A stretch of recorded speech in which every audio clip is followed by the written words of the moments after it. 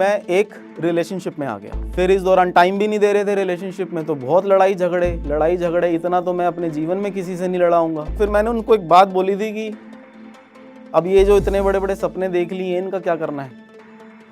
Then she said कि put it in a box and burn it. और जो मेरे पिताजी का सपना था कि ऑफिसर बनेगा, वो तो मैं बिल्कुल ही भूल चुका था। फिर आता है रिजल्ट वाला दिन, मैंने अपना रोल नंबर डाला और मेरा नाम। नमस्कार, मेरा नाम है निखिल निमेश और मेरा यूपी पीसीएस 2021 में डिप्यूटी जेलर की पोस्ट पे सिलेक्शन हुआ है। मेरा होम टाउन आगरा है और मेरे फादर की जॉब दिल्ली में थी, इसीलिए मेरी स्कूलिंग भी दिल्ली में हुई। बचपन से ही मैं पढ़ाई में बहुत ज़्यादा कमज़ोर था। 6th क्लास में मेरी साइंस में कंपार्टमेंट आई, 10th में सोशल स्टडीज़ के अंदर, और जैसे ही ले दे के पास हुए तो महज 54% मेरे 10th में मार्क्स आए और finally I got 49% in my 12th class.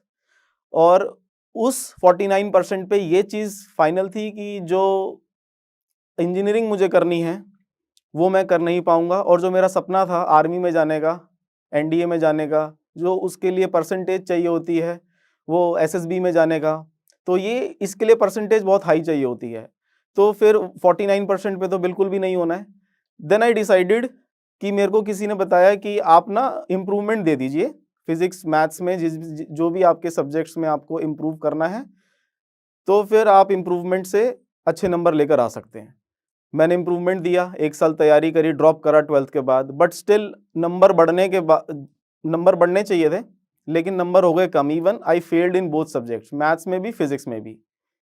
Over the period of time क्या हुआ, इंजीनियरिंग का सपना और बढ़ता गया कि करनी है तो अब इंजीनियरिंग ही करनी है, क्योंकि वहाँ तो जो एनडीए में मेरे को जाना था वहाँ तो नहीं जा सकते हैं। फिर one of my friend suggested कि आप ऐसा करिए कि आप ओपन से 12th दे दीजिए, वहाँ पर आपको दोबारा मौका मिलता है इन अपने परसेंटेज सुधारने का। तो फिर मैंने क्या करा कि मैंने NIOS से 12th दोबारा भरी।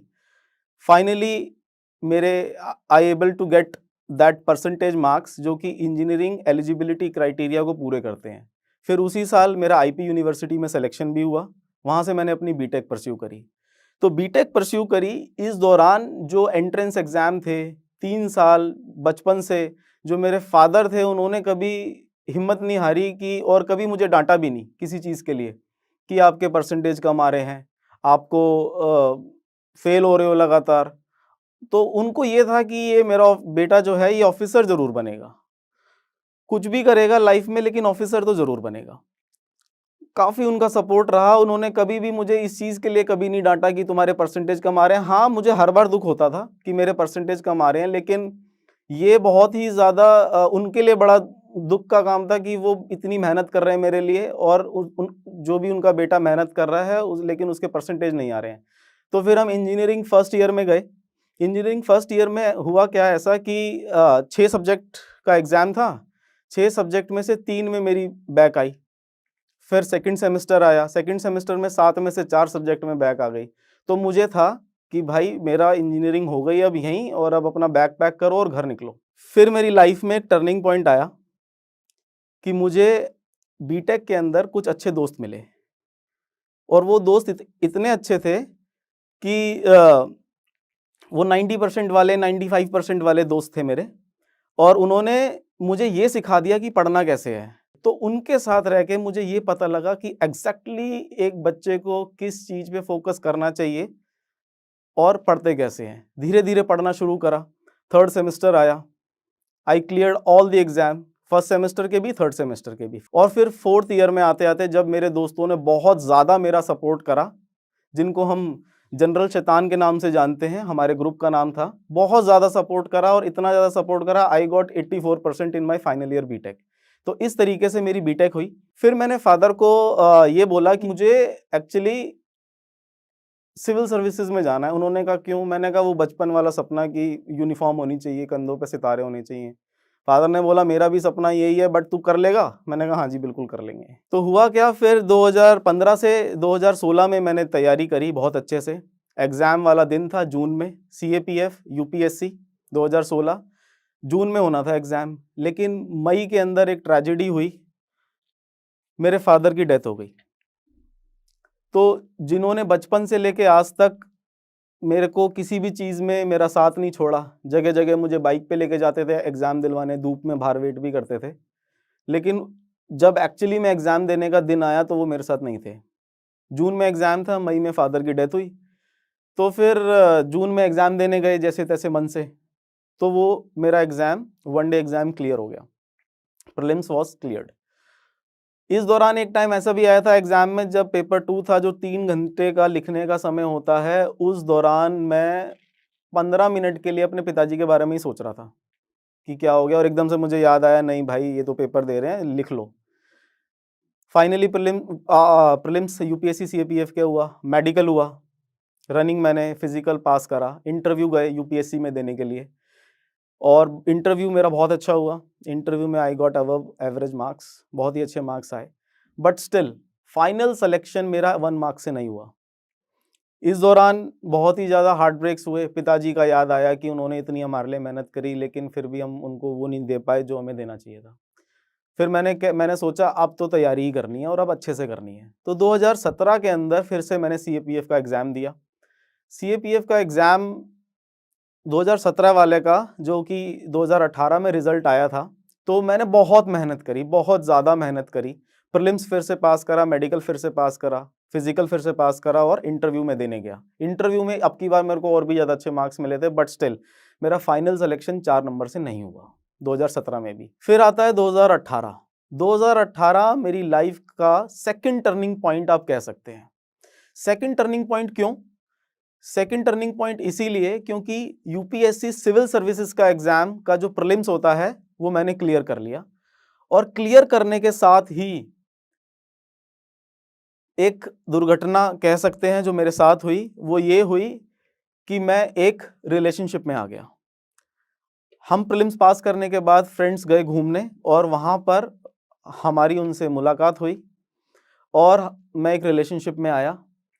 तो वो रिलेशनशिप मुझे ऐसा था कि भाई देखो, पढ़ने में तो ठीक है ही, बढ़िया बढ़िया काम कर रहे हैं, सारे एग्जाम्स भी पास हो रहे हैं और इंटरव्यू तक पहुंच रहे हैं, और सिविल सर्विसेज का प्रीलिम्स भी निकाल दिया है, और अब तो मैं होशियार हूँ, और अब तो मेरे को मनचाही लड़की भी मिल गई, अब तो भाई कंप्लीट लाइफ, मज़ा आ गया, और बड़े बड़े सपने भी देख लिए, सारे काम कर लिए कि अब तो यही है फाइनल। तो लेकिन इस दौरान सबने मुझे समझाया कि भाई जो तेरा फाइनल है पहले वो कर ले, ऑफिसर बन जा, फिर काम करियो। लेकिन वो कहते हैं ना, विनाश काल विपरीत बुद्धि, कि दिमाग खराब होता है तो फिर सब कुछ ही खराब होता है।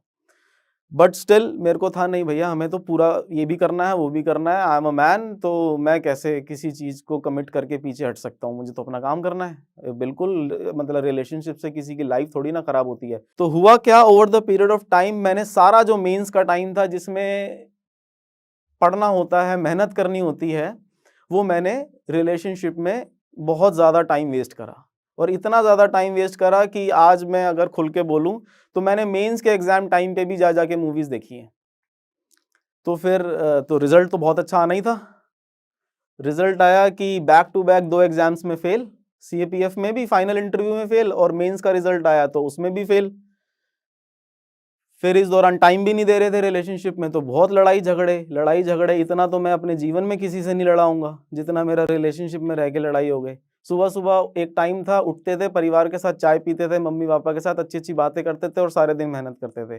तो रिलेशनशिप में दिन की शुरुआत होती थी लड़ाई से और ख़त्म होती थी लड़ाई से। इवन 6-7 दिन पहले की भी किसी बात पे वो हो जानी थी। तो भैया बहुत अच्छी मेंस की प्रिपरेशन चल रही थी, ऐसे चलिए मेंस की प्रिपरेशन। तो हुआ क्या फिर, बैक टू बैक 2 एग्जाम्स में फेलियर, 2017 सीएपीएफ बाहर, 2018 सिविल सर्विसेज मेंस बाहर। फिर बातचीत चल रही थी तो मुझे पता लगा कि उनका वो किसी और से भी बात कर रही हैं इस दौरान। तो फिर मैंने कहा, ये आप क्या कर रहे हो? कह रही, नहीं नहीं नहीं, I want to focus on my career, तुम अपना देख लो, मैं अपना देख लेती हूँ। मैंने कहा, नहीं, ऐसे नहीं होता है, मतलब मैंने अपना इतना इम्पोर्टेंट टाइम दिया है, और अब ऐसे मतलब करना ठीक नहीं है। नहीं, शी सेड कि नहीं नहीं, मुझे नहीं रहना है और मुझे अपने करियर पे फोकस करना है। मैंने कहा, ठीक है भाई, कर लीजिए फोकस। तो फिर मैंने उनको एक बात बोली थी कि अब ये जो इतने बड़े बड़े सपने देख लिए, इनका क्या करना है? देन शी सेड कि put it in a box and burn it. मैंने कहा, okay, I put it in a box and rest time will tell. तो हुआ क्या, फिर इस दौरान ना तो नौकरी और ना ही घर वालों का विश्वास खो ही चुके थे। इस दौरान सारे फ्रेंड्स दूर हो ही चुके थे, बैंक अकाउंट ज़ीरो, जो भी सेविंग्स थी सब इधर उधर, और नेगेटिव में जितना जाते थे सब मतलब जितना नेगेटिविटी में जा सकते थे सब चले गए। और जो मेरे पिताजी का सपना था कि ऑफिसर बनेगा, वो तो मैं बिल्कुल ही भूल चुका था। उनको जितने किए हुए प्रॉमिस थे वो सब मैं भूल चुका था। किसी की कोई माननी नहीं, कुछ नहीं, कुछ करनी। तो अब मुझे रियलाइजेशन हुआ कि भाई बहुत बड़ी गड़बड़ हो गई है। फिर मैं वहाँ से उनसे फाइनल बात करके घर तक आया और फिर मैंने 1-2 दिन लगाए। बहुत ज़्यादा डिप्रेशन, एंजाइटी के फेज़ में रही कि ये क्या हो गया मेरे साथ। मैं एक ऐसे फेज़ में चला गया कि जहाँ पर मैंने अपनी लाइफ में सबसे ज़्यादा पढ़ाई में मेहनत करी 2018 से 2019, 2019 से 2020 और 2020 से 2021। तीनों चारों साल मैं एग्जाम में किसी भी प्रीलिम्स के अंदर मैं पास नहीं हुआ। गया फेल, गया फेल, गया फेल, मुंह लटका के वापस आ रहे हैं। जैसे ही प्रीलिम्स का रिजल्ट चेक कर रहे हैं, वहां पे रोल नंबर आपका नहीं है। तो मुझे ऐसा लग गया था कि जितनी भी मैंने मेहनत करी है, मैं ओवर द पीरियड होशियार होने की जगह मैं नालायक होता जा रहा हूँ। एक वो जो डमनेस का फेज होता है वो मेरी लाइफ में आ चुका है। मतलब मुझे कुछ नहीं आता है और मुझसे कुछ नहीं होने वाला है। एज भी हो गई थी और इसी बीच रिश्तेदारों की भी बातें शुरू हो गई थी कि इतने सालों से प्रिपेयर कर रहा है, इससे एक एग्जाम नहीं निकला, एक सरकारी नौकरी नहीं ले पाया। अरे भाई 3 सितारे की नहीं लेगा, 1 सितारे की तो ले ले। ऐसे ऐसे करके बातें थी। तो अब उनको कौन समझाए कि भाई क्या कर रहे हैं और क्या हमने किया है। बट स्टिल, जैसे कि एक छोटा सा मैं आपको इंसिडेंट बताता हूँ कि जैसे ही एग्जाम का रिजल्ट आता था प्रीलिम्स का, तो जैसे किसी से मिलने गए, तो जो हमारे यार दोस्त हैं या फिर जो भी हमारी एक्सटेंडेड फैमिलीज में है, वो कह देते भाई तेरी नीली बत्ती वाली गाड़ी कहाँ है। तो ये उस टाइम तो बहुत बुरा लगता था। आज जैसे थोड़ा लाइट मूड में बोल रहे हैं, लेकिन उस टाइम रियली बहुत ज़्यादा बुरा लगता था कि नीली बत्ती। तो मैं भी कह देता भाई बहुत आएगी, नीली बत्ती वाली गाड़ी भी आएगी, थोड़ा सा समय रुक जा। कॉन्फिडेंस तो पूरा था कि भाई पेपर तो पास करना ही करना है, ठीक है। क्योंकि उस तरीके का पर्सनैलिटी है कि अगर आप, मेरा है कि अगर आपने मुझे कुछ बोला तो मुझे करना ही है। बट स्टिल करेंगे कैसे भाई, प्रीलिम्स ही पास नहीं हो रहा है, एक मौका तो मिले। तो मैं हमेशा अपने फ्रेंड्स को बोलता था यार मुझे एक मेंस लिखने का मौका मिल जाए, चाहे वो मुझे किस दुनिया की किसी भी भाषा में लिखने का मौका मिल जाए। तो फाइनल एग्जाम में घर में बोल के गया अक्टूबर 2021 के अंदर कि mummy this is my last exam. अब मैं कोई इसके बाद कोई एग्जाम नहीं देने वाला हूँ। जो मैं पहले टीचिंग करता था, जो मैंने 15 में सेटअप छोड़ा था, मैं उसको दोबारा से करूंगा, भले ही टाइम लगेगा, अब कुछ पैसे कमा लिए जाएं। हो गई ईगो जितनी भी मैंने सेटिस्फाई करनी थी कर ली। हुआ क्या, 2021 के अंदर अक्टूबर के अंदर एग्जाम देने गए, प्रीलिम्स देने गए, और आके मैंने टीचिंग शुरू कर दी। मैंने कोई मार्क्स नहीं जोड़े, कोई प्रीलिम्स की आंसर की नहीं मिलाई, सब मार्क्स जोड़ दिए मैंने अपने। चलो ठीक है, मुझे कुछ नहीं करना है, मुझे अब टीचिंग करनी है। प्रीलिम्स का रिजल्ट आया दिसंबर के अंदर, मेरा नाम उसमें था। मैंने पीडीएफ चेक करी, मेरा नाम उसमें था। और 5 दिन तो मुझे यही मनाने में अपने आप को लग गए थे कि भाई तुझे मेंस देने का मौका मिल गया है, वापस आ जा। इतना कॉन्फिडेंस बिल्डअप हो गया था कि ये तुझे मौका जो मिल गया है ना, अपनी जितनी भी अंदर भड़ास है वो सारी की सारी निकाल ले इसी एग्जाम में। फिर 2 महीने का टाइम था, पढ़ना शुरू करा। पुरानी मेहनत काम आई, जो मैंने 2016, 17, 18 में की हुई थी, वो सारी मेहनत काम आई। जल्दी से मैंने मेंस का सारा प्रिपरेशन कर लिया। हुआ क्या, मेंस एग्जाम देने गए, वो 4 दिन मैं आज भी बोलता हूँ मेरी लाइफ के सबसे खूबसूरत दिन थे। इवन जो रिक्शे वाले जो भैया मुझे लेके जाते थे, जहाँ होटल में मैं ठहरा, सबका इतना कॉपरेशन था कि बिल्कुल बेस्ट, कि मजा आ गया। कि वो था, मुझे तो ऐसा लग रहा था मेरे लिए ही हो रहा है। हुआ क्या, पेपर दिया, और मेरी लाइफ का सबसे ज्यादा सेटिस्फाइंग दिन 27 मार्च 2022, जहां पर मैंने अपने व्हाट्सएप पे एक स्टेटस डाला, guilt free zone. Guilt free zone क्यों? क्योंकि वो जो इतना 3 साल का, 4 साल का, 5 साल का गिल्ट था ना कि यार मेहनत नहीं करी, पापा के सपने सारे डुबो दिए, वो ये था कि आज मैं उससे मुक्त हो गया। क्यों? क्योंकि मुझे एक चीज बड़ी खाई जा रही थी कि मेहनत नहीं करी। अब अपनी बिल्कुल भड़ास निकाल के मेहनत कर ली, काम हो गया। पेपर का रिजल्ट आया अगस्त के अंदर, फिर मेरा मेंस क्लियर हुआ। 10 दिन बाद मेरा इंटरव्यू था, इंटरव्यू कॉल लेटर आया। घर में मैंने सबको बताया कि मेरा इंटरव्यू है, और मैं इंटरव्यू देने इलाहाबाद चला गया। 25 जुलाई 2022 को मेरा इंटरव्यू हुआ, और वहां पर मेरा इंटरव्यू बहुत अच्छा हुआ। फिर आता है रिजल्ट वाला दिन। रिजल्ट वाला दिन अक्टूबर 2022, 5 बजे से ही मेरे को फादर की याद आ रही थी, और ये सबको पता होता है कि रिजल्ट आने वाला है आज के दिन। तो फिर ऐसा था कि मैं फादर की कुछ पिक्स स्क्रॉल कर रहा था अपने फ़ोन में पुरानी जो हमारे साथ थी, तो देख के जितना मेरे को मन हल्का करना था रो के वो मैंने कर लिया। 1 घंटा खूब अच्छे से ये काम मैंने करा, खूब रोया, खूब फादर को याद करा कि मैंने कहा अब जो है सब यही है। मैं कंप्यूटर खोला, देखा रिज़ल्ट आ चुका था, पीडीएफ खोली। मैंने अपने मन में बोला कि मैं जितना ईमानदार हो सकता हूँ ना, इस एग्ज़ाम के लिए, अपनी पूरी लाइफ़ के लिए, सब फैमिली वालों की ड्रीम्स के लिए, अपनी मम्मी के लिए, जिन्होंने इतना मेरे लिए सैक्रिफ़ाइस करा, इवन गोल्ड ज्वेलरी भी अपनी गिरवी रखी थी जब हमारी कॉलेज टाइम की फ़ीस भरनी थी। सब याद करा और मैंने कहा आज मेरा दिन है। मैंने अपना रोल नंबर डाला और मेरा नाम वहाँ था। पोस्ट मुझे एलोकेट हुई डेप्यूटी जेलर, और वो मुझे फादर का सपना याद आया जब वो कह रहे थे कि मेरे बेटे के कंधे पे सितारे ज़रूर लगेंगे। तो वो जो दिन था वो पूरा हुआ। तो बस मेरी जर्नी कुछ इस तरीके से रही, अप्स एंड डाउन्स रहे। लेकिन इन सब से सीखा क्या? इन सब से ये सीखा, जो मैं यूथ को बोलना चाहूँगा कि अगर आपने अपने मम्मी-पापा को प्रॉमिस किया है, अगर आपने अपने फैमिली मेंबर्स को प्रॉमिस किया है और खुद को प्रॉमिस किया है, तो आप उस पे स्टिक रहिए। आप अपने माइंड को, अपनी एनर्जी को डेविएट मत करिए। मैं अपना एग्जाम्पल आपको देना चाहता हूँ। मेरे छोटे भाई ने मेरे लिए इतने सैक्रिफाइसेस करे, हर फैमिली मेंबर ने मेरे लिए सैक्रिफाइस करे, लेकिन मैंने क्या किया? मैंने उनके सबके सपने तोड़े। इवन मेरे भाई ने भी मुझे बोला था कि ये सब मत कर, बट स्टिल नहीं माना। लेकिन अब ये है कि अब सारे खुश हैं, सिलेक्शन हो गया है, बट स्टिल वो मैंने जो टाइम खराब करा वो तो कभी वापस नहीं आएगा।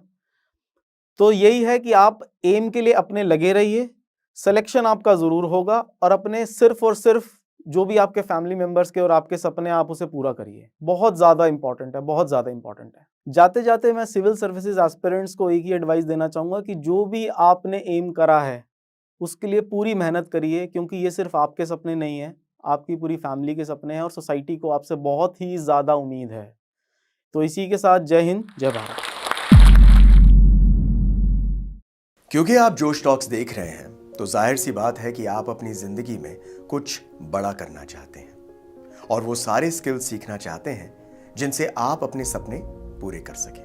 और आपके इन्हीं सपनों को पूरा करने में मदद करता है जोश टॉक्स का इंग्लिश स्पीकिंग ऐप, जिसमें हम आपकी मदद करते हैं उन सारे स्किल्स को सीखने में जिनसे आप बाकियों से आगे बढ़ सकते हैं। चाहे इंग्लिश बोलने में कॉन्फिडेंस और फ्लुएंसी की कमी हो या पर्सनालिटी डेवलप करने में परेशानी हो रही है, इस सब के लिए आपको वन स्टॉप सॉल्यूशन हम देना चाहते हैं और इसका नाम है जोश टॉक्स इंग्लिश स्पीकिंग ऐप। तो इंतजार किस बात का है? आज ही डाउनलोड कीजिए जोश टॉक्स इंग्लिश स्पीकिंग ऐप और अपनी सक्सेस की तरफ एक नया कदम बढ़ाइए। Click the link now.